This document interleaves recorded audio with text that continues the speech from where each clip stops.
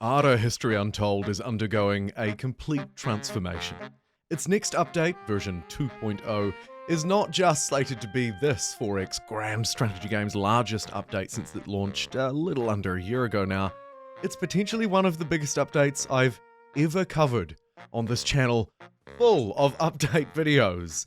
Since Stardock Entertainment joined the team handling the oversight of Ara's production earlier this year, and since the impressive 1.4 update launch just a few months back, Ara has been breaking the public opinion trend for 4X strategy games, thankfully surging towards popularity. The teams behind the game haven't yet released this patch. It comes out September 24 or thereabouts, but they've revealed a load of news over the last few weeks. So in this video we're going to take a look at the last, actually months worth, of extraordinary developer updates for Ara History Untold, and a closer look at this month's version 2.0 patch. It's set to be a goodie. The first big announcement for version 2.0 actually dropped about a month ago at the time of recording, and it was all about a long-held gripe with Ara History Untold. The game was just a little bit blurry, and that was frustrating. And if I scroll through the post here, you can see a variety of different things, right? We've got the leader artwork, we've got flags, we've got the text that pops up in many different places, and screenshots of the actual map itself. Yield icons on buildings, technology screen, you get the idea. Everything here, compared to what it used to be on the left, looks far crisper on the right. Crisper? Sure, we'll go with it. The developer update basically ends there, right? It's just, the game is crisp, the game is clean, and you should like it a little bit better now that the blurriness has been removed. A week later, on Friday the 29th of August, my time, at an ungodly hour, they released Developer Journal number 5, The Great Differentiation, all about making civilizations and their leaders more unique, while trying to maintain some semblance of strategic balance. First up, in Chapter 1 here, they talk about the historical imperative, about how different civilizations have brought through these great units, Legionnaire, Better Spearmen, the Minutemen, etc. The real gameplay implication here is that there are 40 new units coming in Ara History Untold's version 2.0. And they actually go through and just straight up show us. I mean, they don't go into the specifics, say, of, unit attack strength and that kind of thing, but from the tables here, you get a great idea, right? So here we have the Ancient Era, Foundation Builders, and you can see some fan favorites from across many different historical strategy games. The Aztec Empire get their brutal infantry unit, the Jaguar Warriors, the Greek Hoplites. As I move my way down, Zulu Impi Warriors, and the Persian Immortals, a fan favorite, an elite infantry unit of all time. In the Bronze Age, we see a few. Egypt, for example, get their always brilliant chariots, fast-moving, capable of dealing damage at a distance to punish poorly positioned enemies. You see Ghana, the Crow Nation, as well as the Assyrian Empire also here, receiving their uniques. The Iron Age sees the Roman Empire, the glorious Roman Empire, receive unique legionnaires, a simple, strong infantry unit, as you might expect. This list a little bit longer than the previous one. You can see a few civilizations here. Moving through to the medieval ages, though, again, it's just fan favorites up the wazoo. I love me an English longbowman.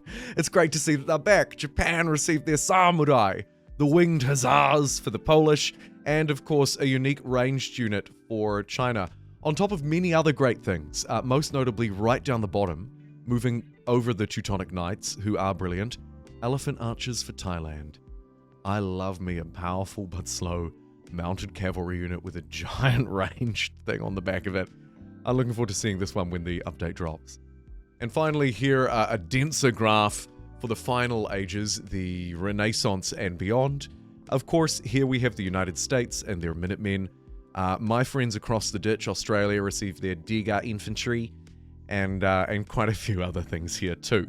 Of course, it's just a text description at the moment, but we don't have too long to wait.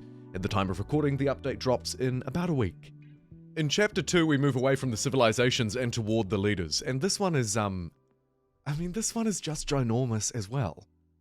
Take a look at the detail here. 40 unique leaders already exist in this game. And coming with the update 2.0, the much larger scale update, you'll see a total rework of all of them. All of them. What the heck? They talk about the sort of design philosophy, the premise behind this being that every single leader was reevaluated and updated, as you can see, to capture the unique strategic doctrines and cultural philosophies that defined their roles in history. They wanted to avoid simple, quote, numerical differences or passive rewards. Focus was put on making leader features that rewarded and encouraged unique playstyles. So, let's take a look at a few examples. I'm still struggling a little bit as I look through this list and read through it here making this video to pick one specific one out. I mean, there does seem to be a level of flavor and nuance added here to all of the leaders to make them slightly more specific, slightly more kind of, sometimes far more than slightly, leaning into what they ought to be doing. Here's Boudica, Lady of Vengeance, plus 2% force strength for each turn since last entering a defensive war, and plus 1 prestige per turn at war, while the war weariness is under 50. They say that she's not a leader you want to get stuck in a war against. She's encouraged to keep relations strong enough with other nations that no one else is inclined to declare war on her, allowing her troops to get tougher and tougher, as we saw up here, as the war drags on. Looks like there are some sort of broadly generalized leaders, though still with a kind of flair or focus as well. Take Wu Zetian here. The Imperial examinations provide plus 20 prestige after gaining a paragon, those sort of great people, and plus 30 established relationship with other nations, with nations who aren't at war while a force is in combat. You know, some of these are a little wordy. It's got to be said. The final chapter of this update looks at the AI's personalities, and they give a little bit of an example down here. They talk about an aggressive one, Genghis Khan, relationship threshold, 700 plus required for friendship immunity, diplomatic behavior, a 30% reduction in positive standings. Essentially, you'll struggle to maintain high relationships. The opposite side of that, Tokugawa, a peaceful leader, has enhanced trade considerations, diplomatic stability, and it's a little easier across the board. There are also balanced ones available in between. Alongside their advanced war logic that they talk about a little bit here, about the weighting of your relationship, your trade relationships, how close you are to one another, all have a weighting and an impact on the relationship overall. There's also elements here about the cultural development. All civilizations now make strategic cultural investments, purchasing traits, investing in regions, and balancing the overall sort of cultural and military development. And on the culture, by the way, huge changes there as well.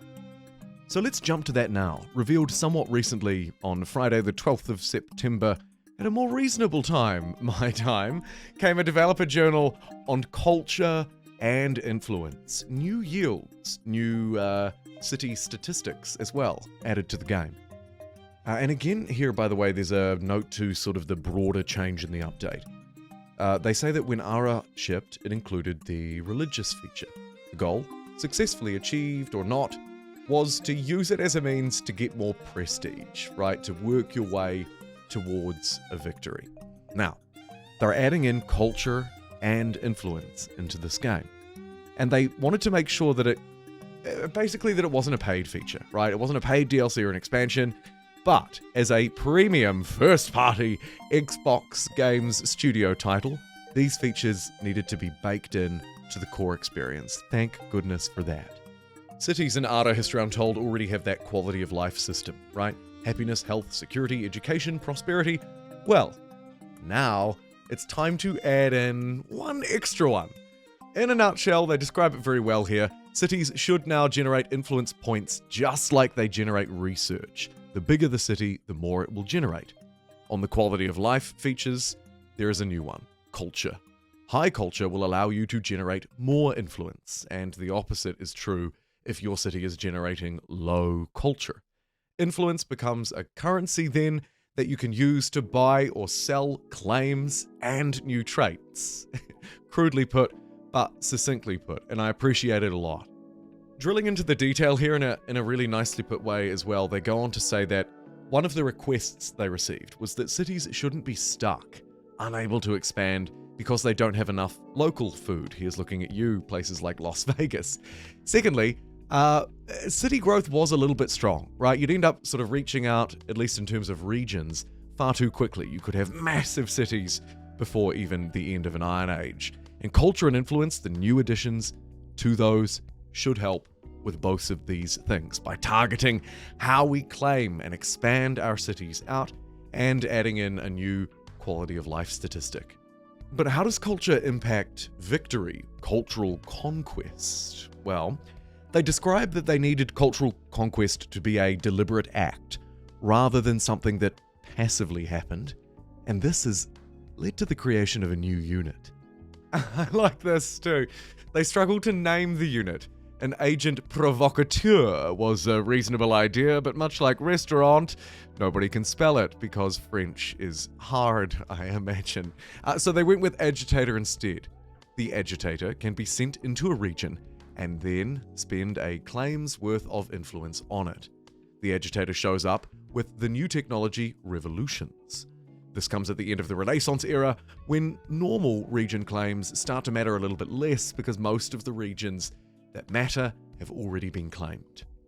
And the agitator, it can maybe be considered a disruptor. They say it will make computer players very, very angry. In fact, it makes them angry enough to declare war. I wonder why that might be.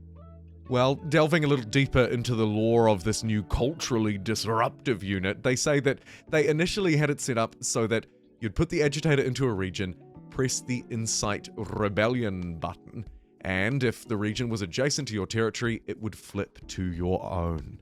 Civilization 5 Citadel on steroids. However, we then, they say, had the AI utilize it. And obviously, then we learned that this is stupid. That this is a stupid game for jerks. After a few minutes of insisting that I was taking the game back to the store, they came up with a new idea, they say, of making it take 10 turns and sending notifications to let you know that it was being done, that a region was slowly being flipped toward your culture and your own allegiance, or the enemy's allegiance, as it were in this case. Overall, it looks like it's going to be a pretty neat way to play a more expansive game using soft power rather than hard power. I'm keen to see how it plays out. There's also a really neat developer diary that does go quite deep into the weeds, and I won't fully do that here in this video. It was released earlier in September. Again, of course, it'll be linked below. It's called The Great Awakening for the AI. And it talks a little bit about how the game was relatively easy if you survived the first act. The AI was seemingly less competent as you moved through. Some of the things that the AIs had to figure out to now become more competitive in the second act are things like cannons and riflemen need gunpowder. Gunpowder needs to be produced, I should say, in an armory. A stepped process. An armory can't be built unless you have concrete and steel. Concrete requires a cement plant. You get the idea. If you made it this far, you've probably figured out that the AI struggled with that sort of process-driven, step-by-step thing as it moved through the ages, and this is what they've focused on for version 2.0 of this game. Some of the specifics are pretty fascinating here. In section 1, they talk about how the AI had the memory of a goldfish. It would abandon construction projects, average 47% completion rate, roughly half. It would also ignore beneficial improvements, sometimes waiting over 100 turns to do it. Now, I don't want to throw stones in glass houses because I am guilty of these behaviors as well. That being said, it's nice to see that they're cleaning this up. Absolutely. The AI will also have a better way to handle emergency systems. Enemies at our gates, critical units can't be built because of a lack of a resource, or quality of life has dipped below a really dire level. Also, the AI priority or quota for the crafting system, basically strategic resource management, has been overhauled even further since 1.4. And the AI should overall both be a little bit more adaptive to difficulty levels and the world around it, as well as more personalized. As we've talked about already, leaders are better. Well, their AI should be now too. Hopefully good news across the board. So let's bring it all together now in a sort of quite an information-heavy video. They've summarized it all in a developer post about the kind of new things we can expect. Culture and influence systems. That new agitator, that disruptive cultural ideological unit. Per nation units, every civilization now commands unique historical forces. The leaders have also been redesigned, every single one of them reimagined with unique mechanics, traits, or abilities. Micromanaged production queues have been replaced with smarter stockpiles and priority controls. The AI is more adaptive. Map generation overhauled as well, by the way, and some performance boosts thrown in, just as they were in Update 1.4. I really like the direction that Ara History Untold is heading.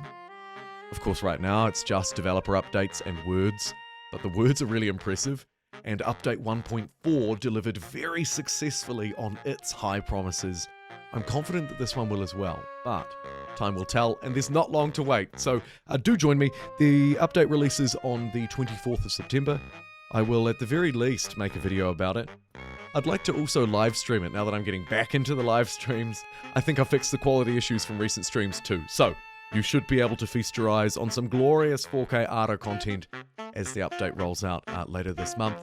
Thank you very much for watching. Thank you for joining me. I'll see you next time.